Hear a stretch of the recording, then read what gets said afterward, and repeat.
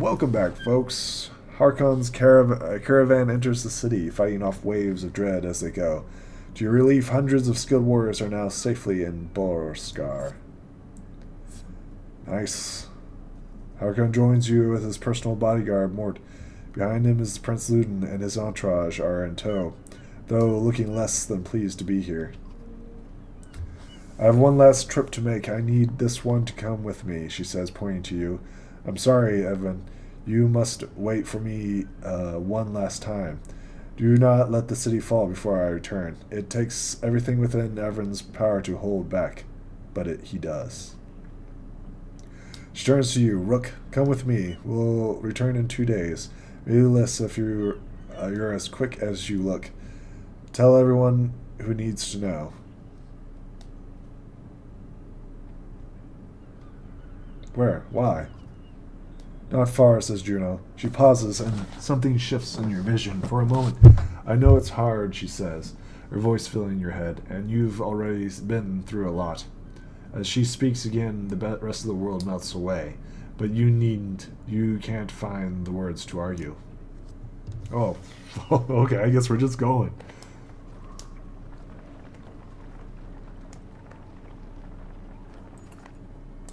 Who are these people? Don't remember leaving the city, but there you are, walking through unfamiliar ground behind Juno. You alone, aside with hundreds of dread who are all facing towards an enormous stone head. The hairs on the back of your neck stand up. These are dread?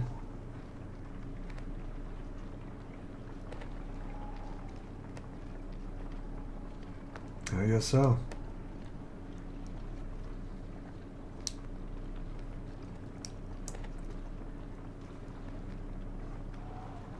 That's a godstone. Red godstone of Straff. You glance nervously around, but the dread don't seem to hear her. That's okay, you can speak softly. Is this where you are going to sacrifice me? Juno smiles. What could have come across as so profoundly creepy looks sincerely instead. No, the dredge cannot see us. To be more precise, they can see us, but I'm convinced them to be unconcerned. I can understand your apprehension, though. Juno waits patiently for your reply. Who are you?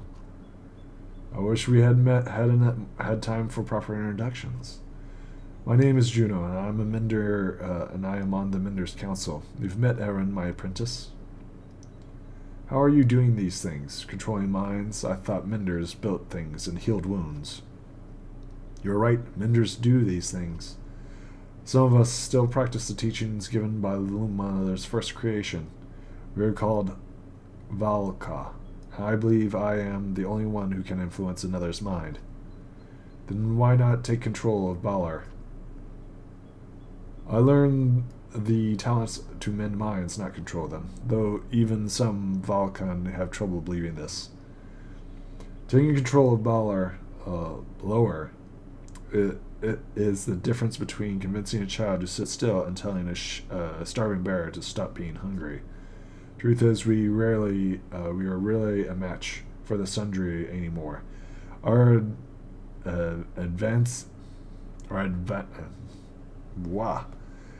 advantage is that we can train more Vala. It is also our weakness. The Valkas pass on and lose their knowledge, while the Sunrays simply grow older and more powerful. Balar is both immortal and beyond my influence, to a point. And how do we stop him? The gods of secrets will play a part as you. What are we doing out here? Do you know the god Struss? Few know the stone exists, even amongst those who have lived their whole lives in Boroskar. When Doral deals in fortune, Straff taught men the value of trade in a different way. He showed them it is consequences, two sides of the same coin. See the silver in the stone? The gales up here wear away the stone, but the metal remains. I need a piece of this silver. Now Straff has withered my imagery of silver weapons. The myth says he trades these weapons to the gods. They use them to kill each other. Those who seek out the stone call him the god of trade. The menders call him the god of secrets. He was both. Are we surrounded by dread? They seem to be drawn to the godstone. There are many things we don't know about the Chevals. Maybe they see him as a patron, or it is an attraction they cannot explain. Does Sheriff have something to do with the serpent in Aristoph? What was that thing? I cannot say. Can't? I have my suspicions, but until I had time at the Mender's libraries, it will be unwise to speculate. For all our knowledge, it seems as though we know little. Imagine how the rest of us feel. On the contrary, the less people know, the more certain they tend to be. Juno waits patiently for your play. Why did you pick me? Why didn't you take Evan or Harkon? You don't even know me. I apologize for putting you in danger. Everyone must keep Borskar from flying while you are away. And if something goes wrong there, I need to be certain one of us makes it back alive. I saw the thoughts of each person, then I arrived to Borskar. You were the only one I knew would return. What do you mean? You would find your way back to Attila no matter what. Let's get what we need and go. Indeed, you'll need to dislodge at least a first full of the metal. You will forge it into an arrow to slay Balor. Wait, after everything you told me. Make a magic arrow to shoot a Balor. That's all it takes. Why didn't you just do that a long time ago? June gets a far away look in her eyes. No, that is not all it takes. What I'm telling you now must not be repeated. An arrow will not kill Balor, even were it to strike his heart. He has no physical weakness, but it will sow doubt in his mind. Let it pierce him. It will help him to believe that he is dying. The rest of you will convince him of it with sword and axe. Everyone who fights at your side must believe it is true. You're going to trick him into thinking he's dead. That is most insane. He really can't be killed? No, someday he will awaken and realize that he is not dead. I imagine he will be quite upset. First, we must make the arrow. Focus on the task at hand. She looks knowingly at the godstone, waiting for you to start climbing. Look, I'm not certain how the dredge will react when you do this. And behind us, there's a sudden drop, so be careful. Good Lord.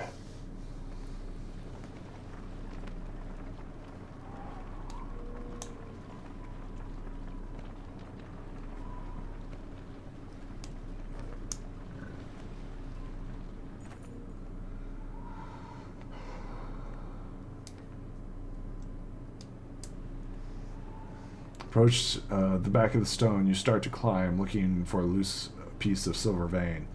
Even without looking out into the dredge, you can feel each sinister face watching you closely, held back only by Juno's influence. Panic races through your blood.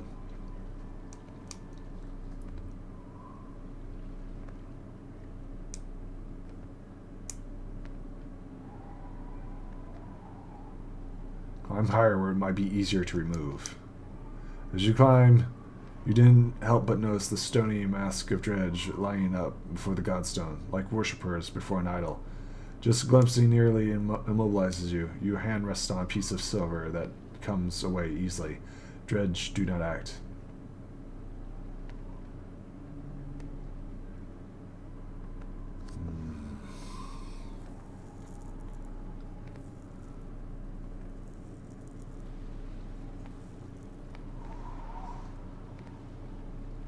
As you climb, you can't help but notice the stony mask. Hand rests on a piece of silver that comes away easily. The dredge. Go and look for another piece? While you're there, you glance quickly around to see if any more low-hanging fruit. You're able to pry away another one, smaller piece of silver ore before their nerve gives out. You nimbly descend to where Juno is waiting. Well done, she says. As you walk back through the dredge, their heads turn in unison to follow. The dread and lingers, and shaking in your hand does not subside for hours.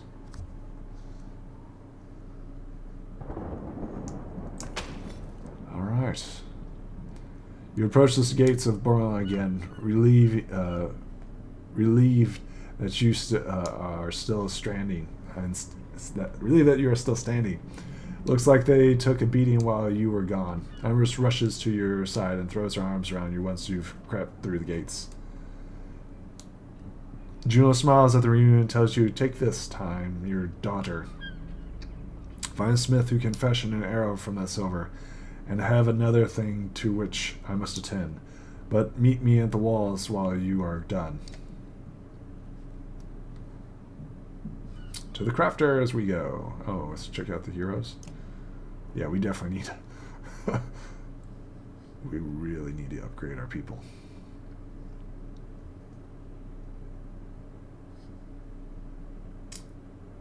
You're coming with us. You're coming with us. Ira's coming with us.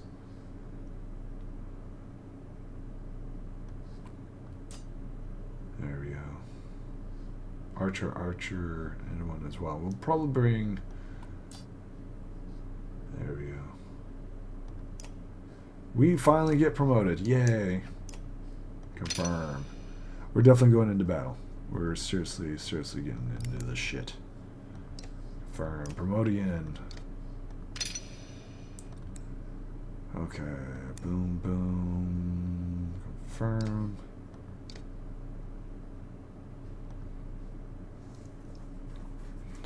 %, chance to dodge. Let's go ahead and promote her.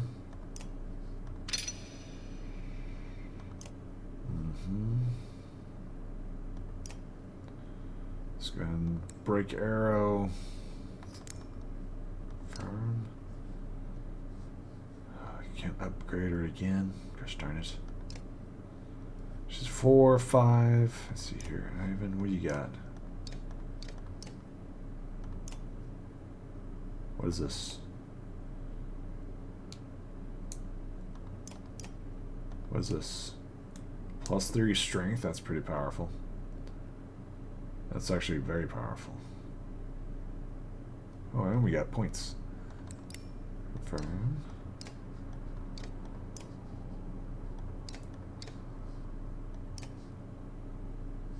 What we got? +2 armor.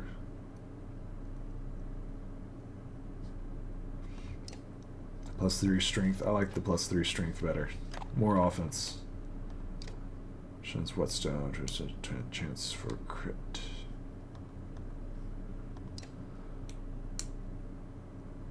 Okay. You are a shield master.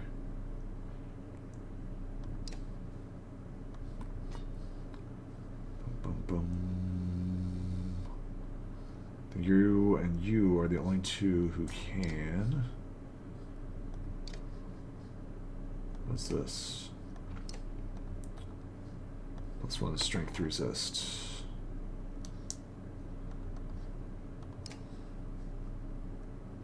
Boom, boom, boom, boom. That looks good. We're looking pretty badass. Let's go to the crafters. Takes a while, but you finally find someone willing to craft an arrow for you. He eyes you suspiciously when you show him the silver, but shakes his head and gets started, and watches as the smith's fire reflects in her distant stare. I talked to Emma a long time ago while you were gone. Told me a lot about Juno. Is she really as powerful as she says? It certainly seems that way. That might be the most luck we've had so far. Dad, I think I know what's going to happen now. An arrow? She's going to make an arrow you shoot barrel, isn't she? I don't know for sure. Come on, who else is going to do it? Ivor? I know where this is going. You're afraid of me dying. This isn't like before. We can't run this time. It's not that I want... Let me do it.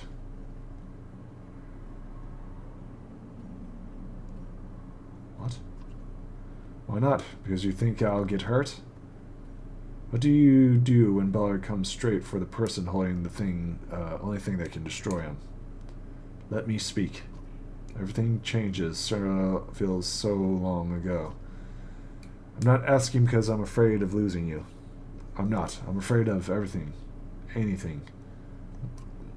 Let me do it, because you know I'm a better shot. I have a better chance of puncturing his armor. We only have one shot. I'm not a child anymore. I'm not just some girl. I'm your daughter. I can do this for once. Let me decide what happens to me.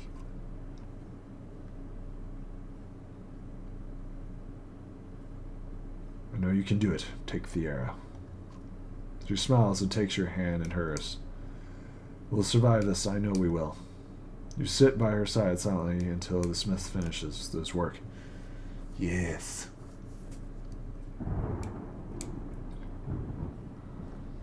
Start to her. There he is. Juno in the middle of an animated debate as you approach the arrow in your hand. There is little time left. Sir knows we're here. Whether he's waiting for more of his forces to arrive or simply wants to starve us out, I cannot tell. Blah. But he will expect a direct assault. Is this a joke? How are we going to do that? I will take a handful of warriors to face him. I can keep a small group hidden from sight. The rest of you will lead the charge from there. With luck, the Ballard will send his army away from himself to meet you. What about the ravens? They may protest. They will not. I arranged a task for them. Even if you make it to the Ballard, what chance is there of defeating him? You saw what happened in Aristoph. That thing can't be killed. Jonas shows him the arrow that you forged at the Godstone. This will make him bleed like the rest of us. Once he is pierced, he will be vulnerable. She looks you in the eye. We'll only have one. Do not miss. And bring only those you absolutely need. It will take all my concentration to keep the other dredge from swallowing us up. I cannot join in the battle. And if we kill the Ballard, what then? The dredge will just wander away? That is my belief, yes. I can't say for certain. This is a doomed plan. Help us hold off here until the ships are ready. And then what? Ballard will hound you every step, all the way to Aberrang, where I am certain more certain await. Now it is time to speak to loved ones, and memories of our gods that please you. Rest. In the morning we slay the Sunren.